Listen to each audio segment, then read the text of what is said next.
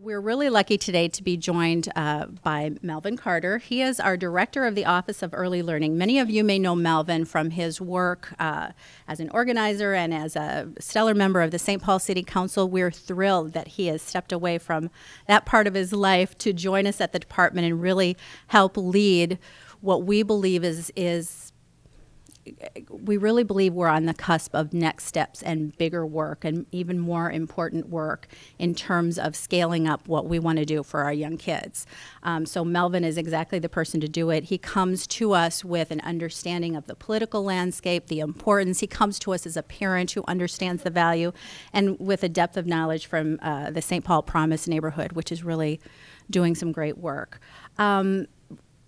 And his right hand is Bobbie Burnham. Bobbie is really, I would say, a gift to the agency. She does the day-to-day work of keeping our early learning services division moving. I often say that my job is to be the air traffic controller and keep the planes in the air without crashing. I think that Bobbie's job is probably that times 10, because as many things as we think about when it comes to our young kids, there are that many more projects and tasks and work to be done. I just sat in yesterday on an update on where we are with our Race to the Top grant and all of the work going on, and Bobbie is on top of that and has got her thumb on everything, and I wonder if she's got extra digits to keep those thumbs on top of everything. So we're really thrilled to have two of our really solid, strong leaders from our statewide early learning work with you today. They're going to present to you kind of where we're at in terms of implementation and the really amazing work that policymakers, that the legislature, that the governor, and that the commissioner have really been working on, and it's a bipartisan effort, and we really, we're excited. So now we have the work to do to turn that legislation into policy and into good work, and then you have the really hard work of translating that into results for kids. So thank you for being here. I'm going to turn it over to Melvin and Bobbie, and we're really looking forward to a good day with you.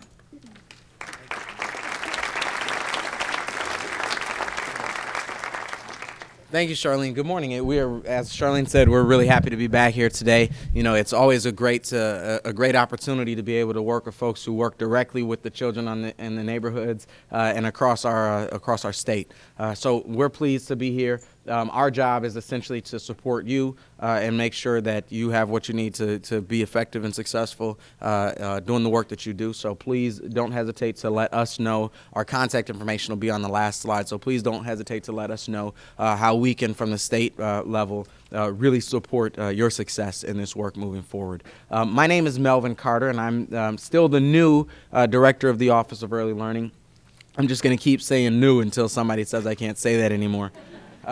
I would certainly echo all of Charlene's words about the hard work that our team is doing, especially Bobbie. I would certainly relay them back towards Charlene, who's been a fantastic leader for our department, and really excited about all of the work that's in front of us. We shared an update with you a couple of months ago about all of the legislation that happened this past legislative cycle, which really puts us in position to do some great things in Minnesota. I've gotten a chance over the last few years as I worked on education on the St. Paul City Council to really travel the country and talk to folks who are leading on education reform all over the country. And I can tell you that people are looking at Minnesota right now. As I've been out to Washington, D.C., and as I've been out to the Harlem Children's Zone, and I've been out to Policy Link out in California, folks know when I say I'm from Minnesota, they go, oh, you guys are doing great things out there, and we really are, and I think that what we've done pales only in comparison to what's in front of us right now.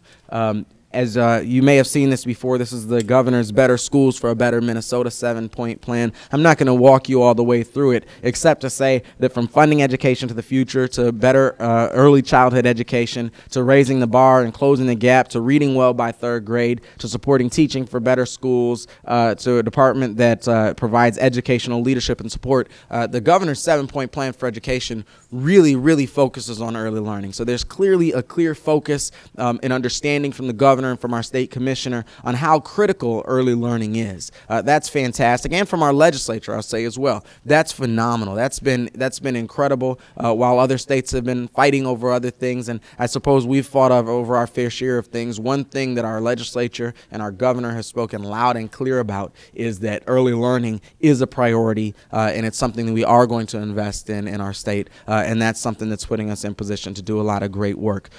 The office I lead is the Office of Early Learning. It's an interagency state office which consists of the Department of Education, the Department of Health, and the Department of Human Services.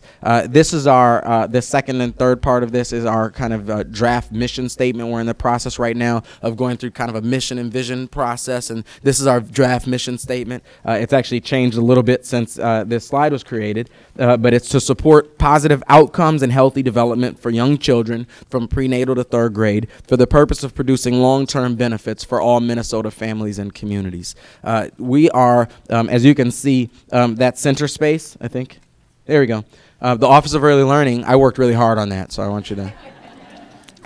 The Office of Early Learning exists to sort of live in that overlap space. It's to coordinate the coordination, to make sure that we are working to build the movement, to make sure that we're working in neighborhoods, not just providing good quality services from the state, but really making sure that we're supporting people on the local level, to be out there educating folks about how critical and how important those early years are. One of the most important things, as you know really well, I was telling a group of people yesterday, if you have a child, your child's education has already started.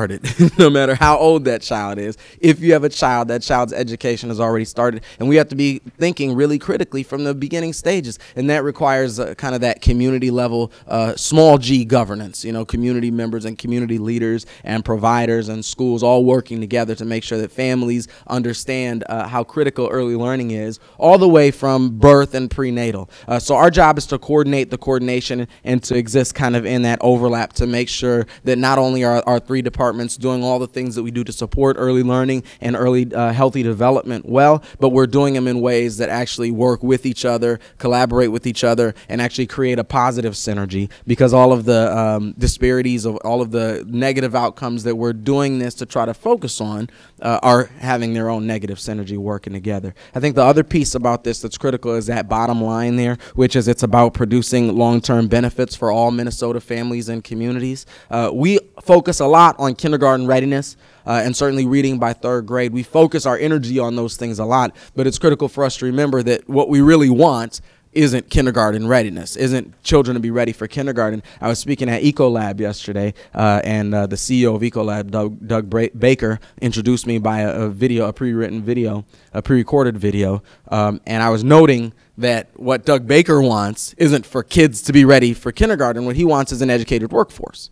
What he wants is to know that he can recruit top talent to the Twin Cities with the confidence that they'll have access to high-quality schools that'll be ready to educate their children for the future. And so we have to do this work, but beginning with the end in mind, we have to build out all of our theories of change and all of our strategies around the work that we do in ways that isn't just focused on getting kids ready for kindergarten, but is really focused on getting kids ready for life. And so that's why we have to engage across departments in this way. I think that's pretty critical. So if that's our draft mission, here's our draft vision. It's to transform Minnesota on a state and community level through coordinated investments in young children and their families. I've spent the last few months really kind of just talking to folks and interviewing folks and listening to anybody at a coffee shop who will tell me what they think about this stuff. And one of the things I think we've got a strong conclusion around is that we don't have, I mean, from all the stuff that we updated you on, from the $40 million in early learning scholarships to the resources for all-day kindergarten to the quality considerations for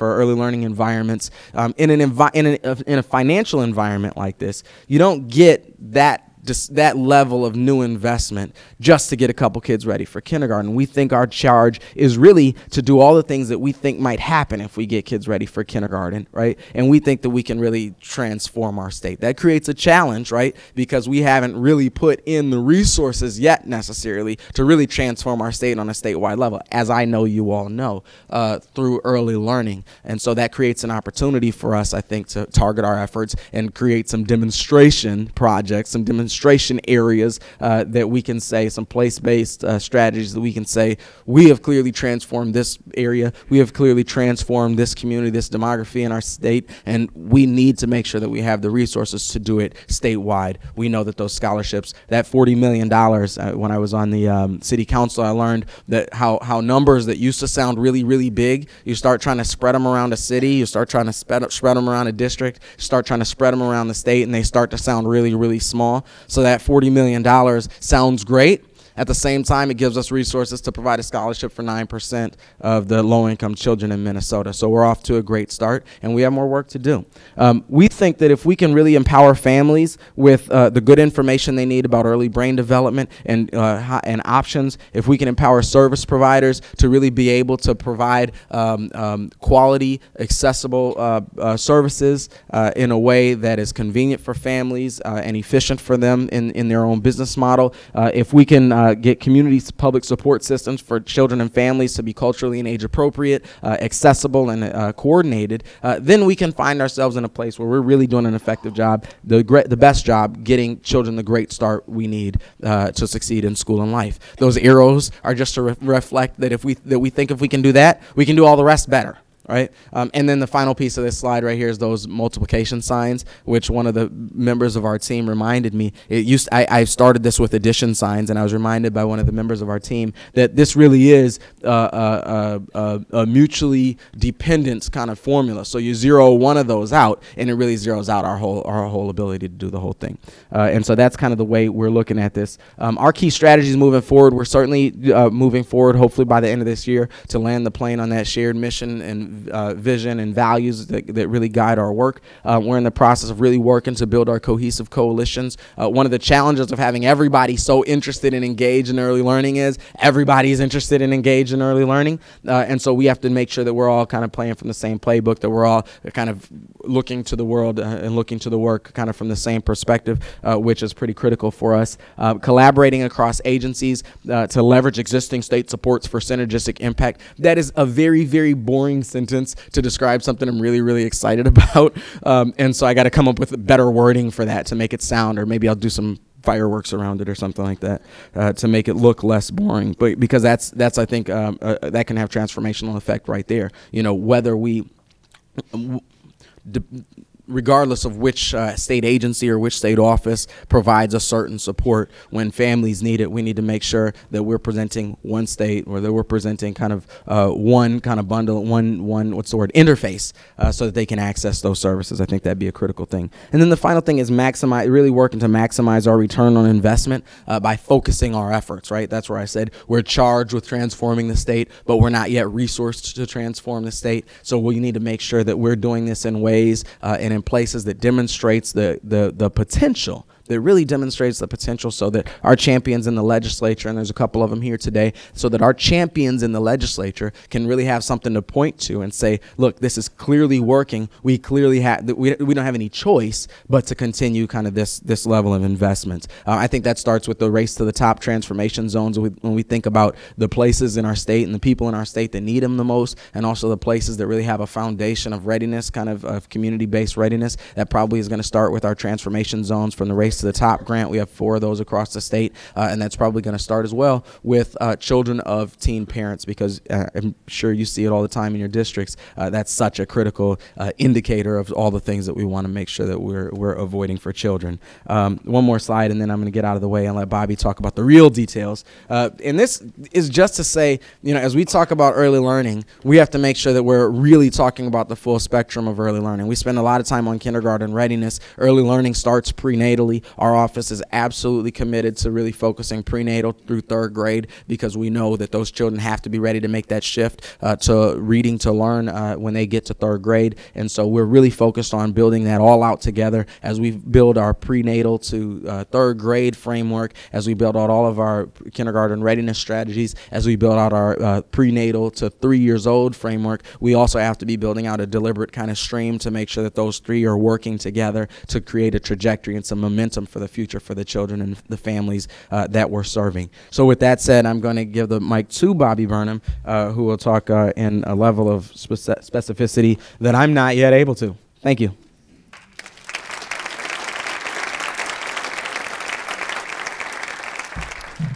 Morning. We are very busy over at the Division of Early Learning Services these days with Race to the Top and scholarships and Head Start and school readiness and ECFE.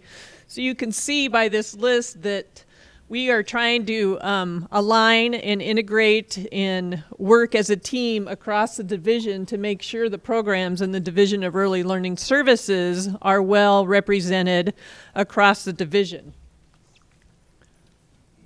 You can see here that one of the priorities that we are working on at the agency as well as in the division is to work with districts and to develop and provide guidance around how districts can layer, braid, blend different funding sources to support early learning, their early learning efforts in their districts. So you can see by this list, it's a fairly extensive list once we put it together for federal resources as well as state resources. So we know that we are going to be providing a document that helps districts with some scenarios and with some different ways to blend and braid their funding sources. There's a couple new funding sources this year or enhanced funding sources.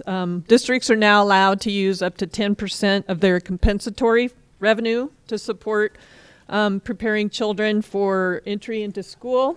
You also are able to use a portion of your integration funding as well as Title I. And of course, there's always that literacy incentive aid that we really encourage districts to reinvest into supporting instructional efforts around early grade reading. Both Melvin and Charlene mentioned our Race to the Top project. We are in year 2 and we're getting to the phase in this project where we are really defining implementation plans at the state level and then working with our districts and our transformation zones to work on their sustainability plans. You can see that many of these projects within Race to the Top can be integrated and aligned with one another, and we are thinking about that as a comprehensive system at the department, that they fall under a comprehensive pre-K through 3rd grade comprehensive framework. So as we work to roll out our framework around pre-K3, you will see many of these Race to the Top projects embedded in that work. We are a couple just updates. The early learning standards are at the point for social emotional and language and literacy. They are going out for expert review. So we've had a team working on those revisions for, I think they met every week through the summer. So this is a group of volunteers, experts in their fields that really worked hard to get those revisions started. We are also working to align our core competencies with those of the Board of Teaching. The kindergarten entry assessment is in its pilot phase and I think is just in the midst of collecting data for phase 2. The early learning data system is in the phase where we are just working through data sharing agreements with the other agencies. So there is just never a dull moment in our agency with this, with Race to the Top, and then we have scholarships as well. The focus that all of this work is around is supporting children birth through age 8. And one of our key areas that we are working on is to align our policies, practices, strategies through pre-K through 3rd grade. And some of you maybe attended the National Governors Association Policy Forum back in September, where we introduced our pre-K3 framework. We had Dr. Christy Cowers in. We are working with her to implement her framework in Minnesota, and you can see that her framework is the framework for planning, implementing, and evaluating pre-K3 approaches. And I will be sharing a little more information on that as it's being developed. And we are also viewing all of our work across MDE as well as in the Division of Early Learning Services through an implementation lens. We have been really fortunate to have technical assistance from the National Implementation Research Network. Dean Fixon and Karen Blase have been our coaches for the last 5 years, and we have been really intentional about applying the implementation science to our work. So you will see that in everything that comes out of the Division of Early Learning Services and many divisions within MDE.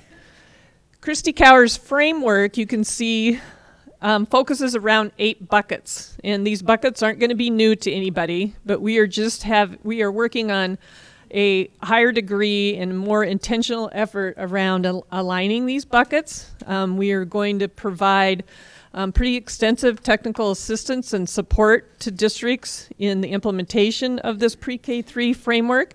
We are going to start with leadership teams, because we feel that superintendents, principals, school board members, community ed directors, you who are here today are going to be the key motivators in to get this pre-K3 framework moving forward in your districts.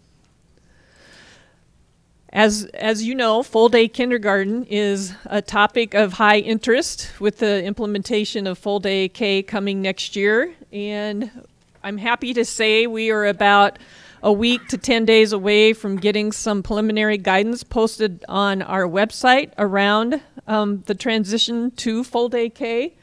We are working on providing guidance around the early entrance policy, which is a requirement this year. And we are working with the University of Minnesota to really develop some teacher-friendly guidance around learning environments, aligning curriculum, instruction, assessment, family and community engagement, use of data. So that's kind of been my background for many years, is to really work across that pre-K3 continuum and getting those pieces aligned.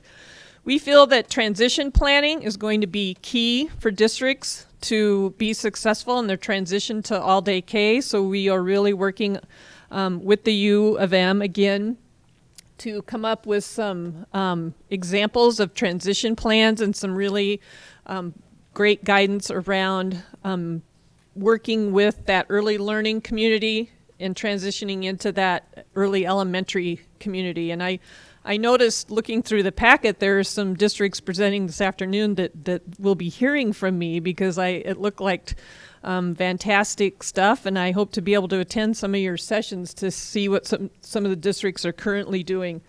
We also feel that developing that partnership between school districts and the community-based early learning is going to be key in a successful pre-K3 alignment project. And again, I just mentioned we're going to be looking for those exemplary all-day kindergarten models in Minnesota to highlight, and hopefully, and I know that there are a couple here today. So I mentioned that within MDE, under Commissioner Casellia, she has been just so supportive and so intentional and so encouraging to get everybody talking to one another. So we are really reducing kind of the cylinders of excellence that each division used to be, and really working across divisions to align our work. So you can see that even in early learning services, we are working with the Division of Student Support, School Support, Standards, Assessment, Special Ed Policy. So we aren't having disjointed conversations. We're having a conversation around how each division within early learning can support the learning continuum, birth through grade 12. You can see some of the programs that we are currently working on. Everyone's familiar with the Read Well by third grade legislation. Some of you know that there's a new toolkit that's been posted on our website that helps districts with the multi-tiered system of support. The standards, the regional centers of excellence are going to be a key delivery tool for us in our work. We've posted pre-K3 assessment guidance, and you can see the list of PBIS and then our important partnership with Minnesota Reading Corps. So this is just to give you a kind of a 30,000-mile overview of the work that we do and how intentional we are being within early learning services to integrate our work across the department, because we know that the less fragmented we are, the better support we can provide for you out in districts. So be looking for more on our website around guidance for all-day K, and be looking for more around our pre-K3 framework implementation. So I think we are supposed to leave a few minutes for questions, if anyone might have any questions. Oh, you did such a good job. Nobody has any questions.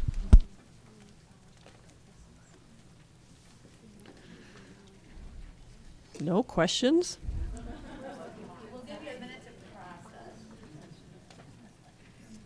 Again, both Melvin and my contact information. We are encourage you to email us any of your needs or questions you may have. Yes, I had a question. When will we have a common definition of ready for K? Well, that's kind of a loaded question.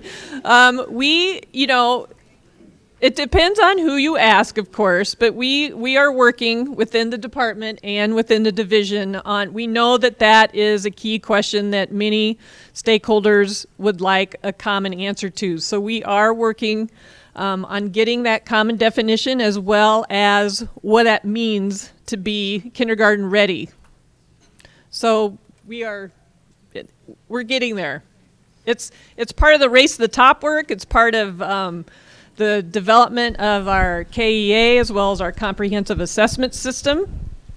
And so we're working on a whole set of common definitions, that being one of them. And we have the school readiness report that'll be released shortly, as well as a series of school readiness report cards, and in addition to the school readiness study. So the confusion is school readiness or kindergarten readiness is being used for so many different things. So we need to come up with one definition of what that is, and quit using kindergarten readiness as a way to explain many different strategies that we use. So we are working on that. And I think that the commissioner would tell you that, I mean, there's a lot of work being done to really zero in on definitions, but the best indication is go to any kindergarten teacher, because they can tell you which kids are ready. So we're really trying to involve the voices of the practitioners, of the teachers in kindergarten who know, because that kid who comes to you ready, as the commissioner says, that's gold. That's the best gift you can give to a teacher, is a child who's well prepared, who has those skills coming in. So if we can work with teachers to really help us narrow in and define those criteria and those qualities, we're having those conversations and we're closer, but we also want to make sure we're engaging teachers. And I would also say, Bobbie mentioned the school readiness report. That's going to be coming out in a couple of weeks. Is that correct? We're really excited about that too, without going too far on the information that we're seeing is really promising. Your efforts, even preceding the funding that we've gotten this year, your efforts are paying off in early identification, early interventions, preparedness, focus in your own areas and in your districts. We're seeing really good progress too in making sure more kids come to us ready to learn. So stay tuned for that. Under transition, you say establish partnerships between school districts and community-based early learning providers.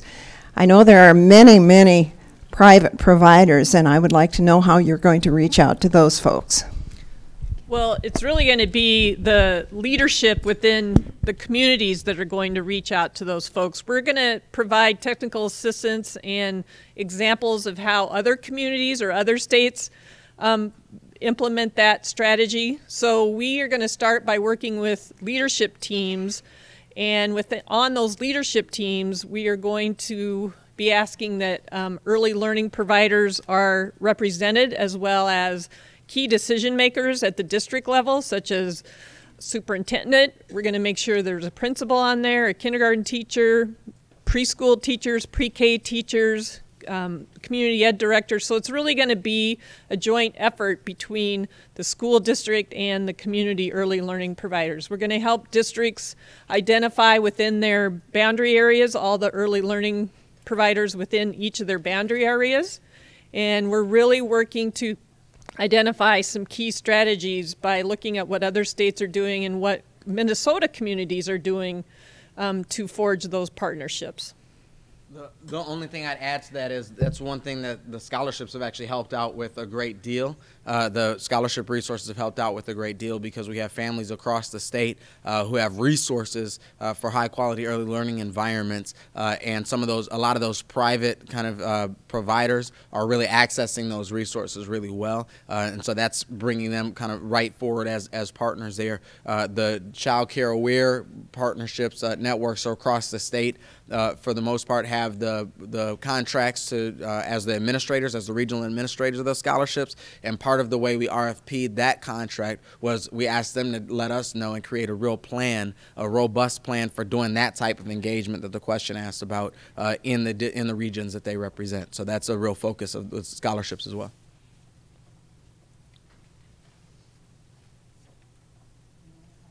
No? Thank you very much. Thank you very much, Charlene, Melvin, and Bobbie.